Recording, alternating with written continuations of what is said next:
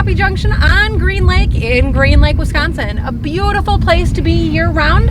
And we are out here actually with our pontoon from Peerless Boat Rentals on Green Lake. With that, we have noticed with our dig and anchor, it has done a great job with holding the pontoon. We are more used to our fishing boat, and it's been a great experience trying out the anchor in this situation. It is worth a discussion though that where you choose to anchor will differ a little bit depending on what the type of bottom is. If you have something that is very silty, something that is a lot of muck, you're going to need to certainly push the anchor in a little bit farther than in other situations. Just simply due to how soft that bottom is, it's going to take a little bit more length of the pole to hold the boat. We have found that there's a lot of sand around here in Green Lake, and to be able to push the anchor in just about a foot really will hold this boat very secure, and it's kind of a big pontoon that we even have here.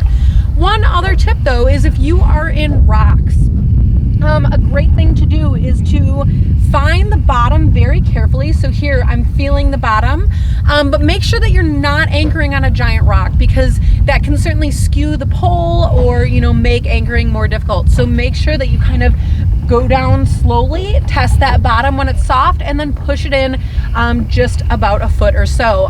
You can certainly feel when the pole gets secure. As a user here, it's something that you will probably be able to understand as you push it in because you feel the pressure.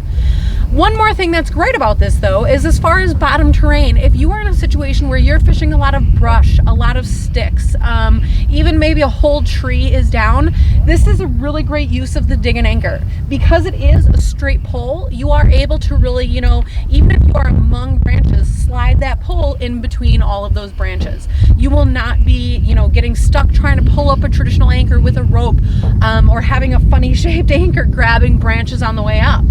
So that's a really great thing for anglers. If you are going to instead be using this for an application of swimming with kids, for example, or even fishing, sometimes you just need to anchor in a weed bed. And again, a straight pole, you will not be dragging up weeds. There is no mud, there is no muck, there is no mess. And so even, you know, with your regular anchor, that's something, it takes a minute. It's very hard to pull up sometimes and then to clean it off. Here with our dig and anchor, when we're ready to go, we pull it out, clean,